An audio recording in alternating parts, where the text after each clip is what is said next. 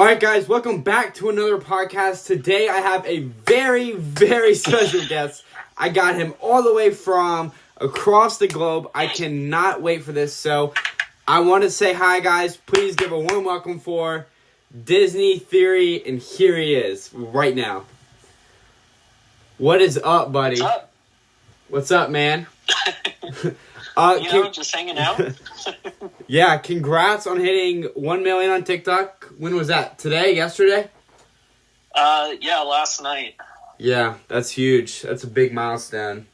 When did you start TikTok? I started it back in, I believe it was September of 2019. Yeah, because I saw that you duetted one of my Funko videos, the Hold Your Breath one, and then you were at maybe 100,000 at the time. Yeah.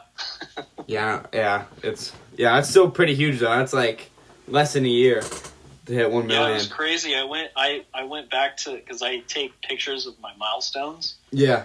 So I hit 1,000 followers 8 months ago. Dang.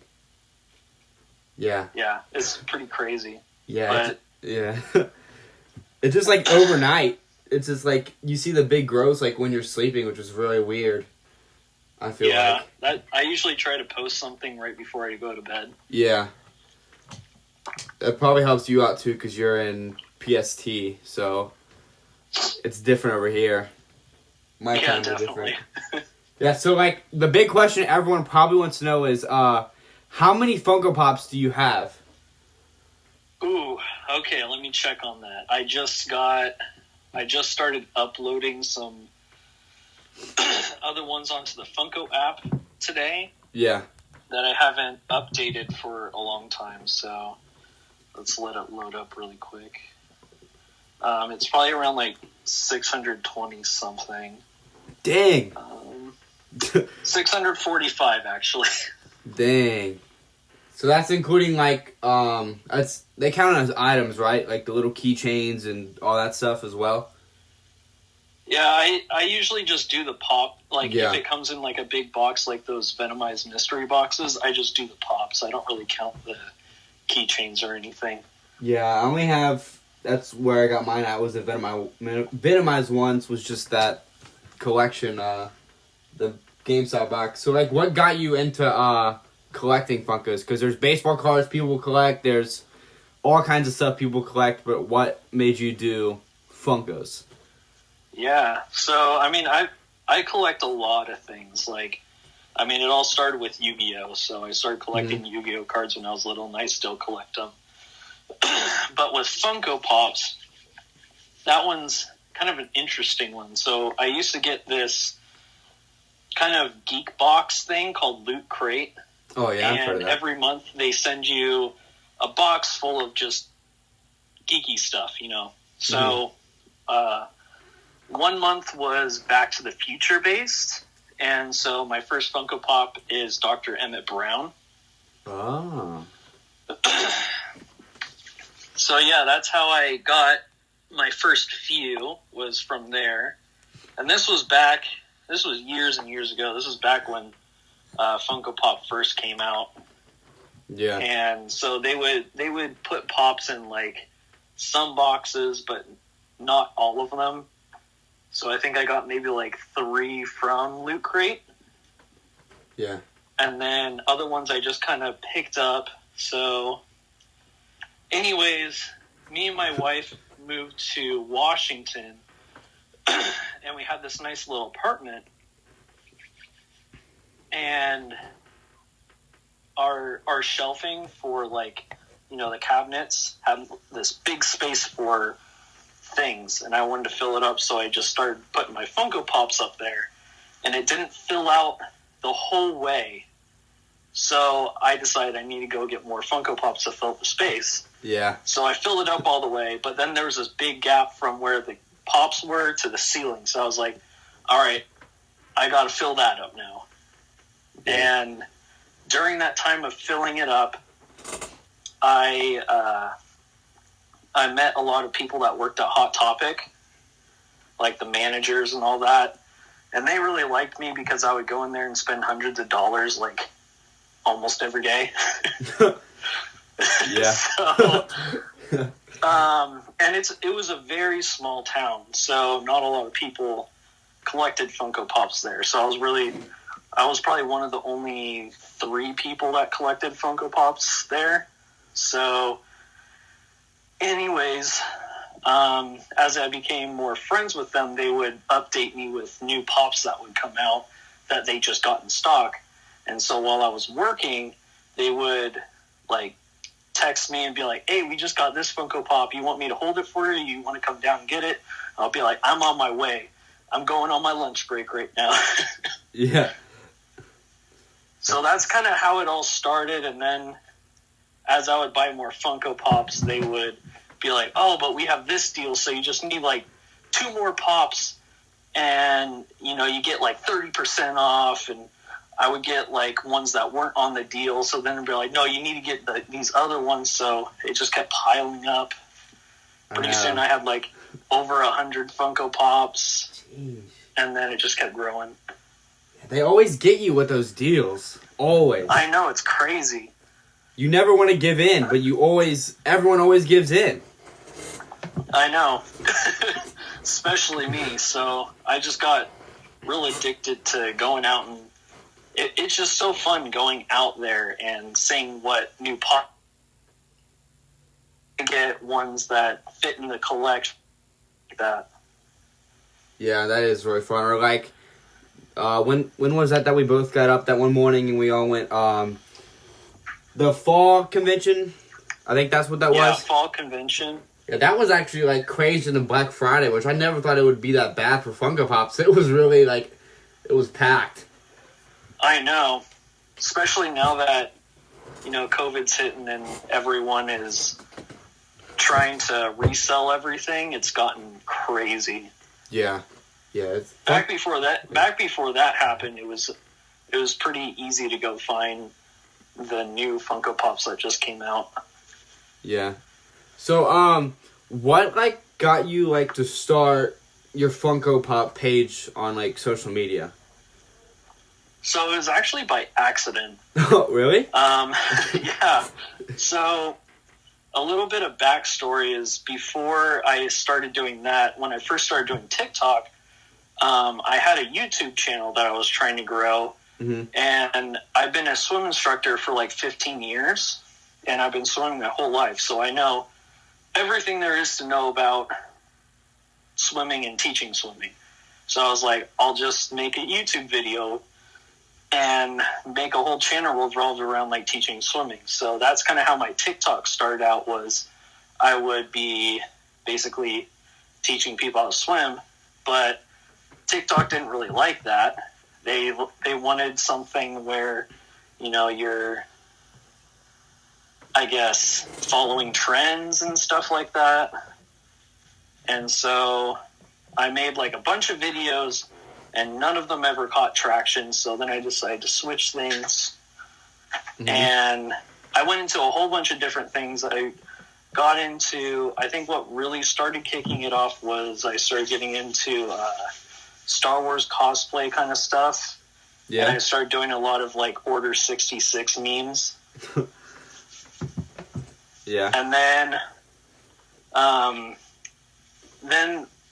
me and my wife moved again, and I started setting up my Funko Pop wall, and I just decided to show it off because I listened to a lot of Gary Vee, and there's this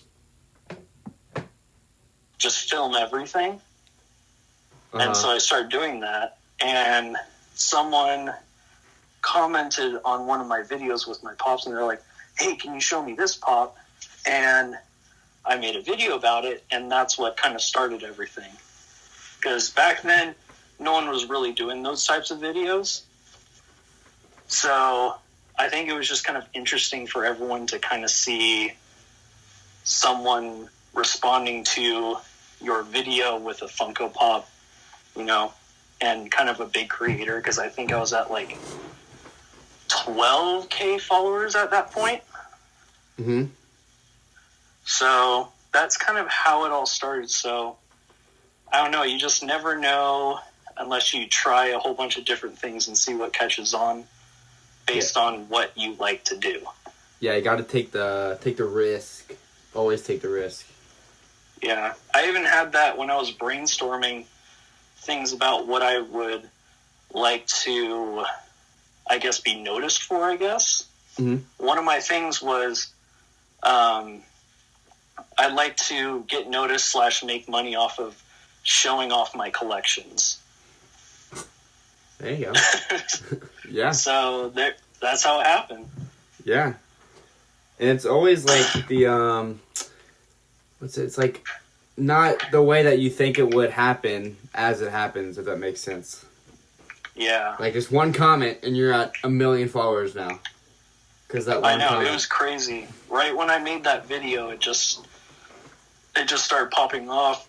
And I remember sitting in my chair and seeing my followers and views go up by like thousands every minute. Yeah. And then in a week, I went from 12K to 200K. Dang. Yeah, it was pretty crazy. Yeah, I wish I screenshotted my stuff. I only screenshotted like a couple 100K because I didn't really take it as serious as I do now. Because it's like, it's a career now. But, like, as then it was just, like, for fun, basically. But, I mean, it still is fun, but, like, you know what I mean? Just mix them together. Yeah. Exactly. So, was that video that you just talked about that just blew up, was that your most viewed video, or do you have a different one? Well, I had a few that kind of popped off. And this was even before the Funko Pops, but I think I used to think what started it was... on my birthday, me and my friends, we went to, what was it called? Avengers Assemble. It was like, kind of like a Marvel museum kind of thing that travels around. Oh. So it's only in certain areas and at certain times. So Vegas had that going on for like the week. And I wanted to go check it out, and so we decided for my birthday we would go check it out, and they have actual movie props there and everything. It's super cool. That is very cool. And I posted that, and it started blowing up because I wasn't even going to take a video about that. I was like, well, take video of everything. So, took video of it, and I just, kind of posted it, didn't really expect anything to come from it, and it started popping off. But as I look back on it, I had some videos with Pops before that that have even more traction on it. So it definitely was from when I started posting about Pops is when it actually started. And I think most of them were about like the ones that are really high up in views and engagement rate and all that are the ones that are like famous people. Yeah. So like Charlie D'Amelio, I think that's the first one that really gotten it. I think that was the first one that got into the millions for views. Yeah. It's Charlie, yeah. She's popular everywhere. Oh yeah. I get those comments all the time. So that's kind of how that started. Yeah. I get, like, weird comments like that as well. Like, people that are, like, nowhere close that you would think people would comment. Yeah. I get some weird comments. Yeah, so I'll do... And I also get some comments from people that are just kind of, like, being really aggressive about me not showing off a certain pop and haven't seen their stuff. And I'm like, dude... I get millions of comments and stuff like that a day. Yeah. I can't respond to every single person. Yeah, that's... But I try to. Yeah, that's a lot of comments a day. I've seen it. I've seen your pages. So I'll do 2 more questions for you, and then I will let you go, all right? For sure. So what's the top 3 places that you've traveled to? If you could pick 3 to go back and make that your top 3, what would the top 3 be?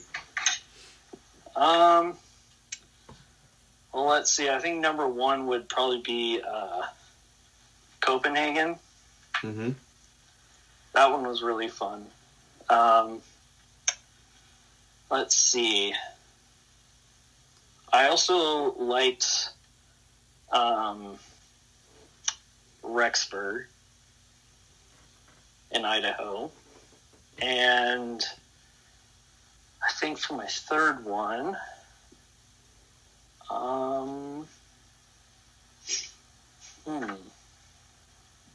where else have I been? It was when we went to like Pennsylvania and Virginia over there and got to see some like historical sites. That was pretty cool too.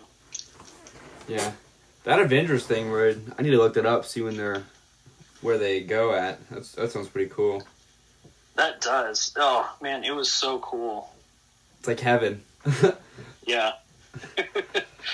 All right, and then last question is, if you were talking to someone right now and they said, hey, I want to start social media, what advice would you give them? I would just say post everything you can. Don't worry about anything else. Just post what you like. But you also have to be mindful of algorithms and stuff like that. You have to pay attention to what works and what doesn't. You can't just mindlessly be posting about everything that you're doing. But you have to make sure it's something that you enjoy and you love and you can keep up. Because for me personally, I have a lot of hobbies. I have a lot of ideas. And the hardest part is figuring out what to do. And I guess the biggest piece of advice for that would be just pick something. Do it for a while, see if it works, and if it doesn't, move on to the next thing. Yep, there you guys go. Well, thank you so much for hopping in and joining the podcast, Mr. Disney Theory. I will link all of his socials down below, guys. He just hit 1 million on TikTok today, so make sure you go follow him on TikTok. Everything that I link. I'll see you guys next time. Peace out.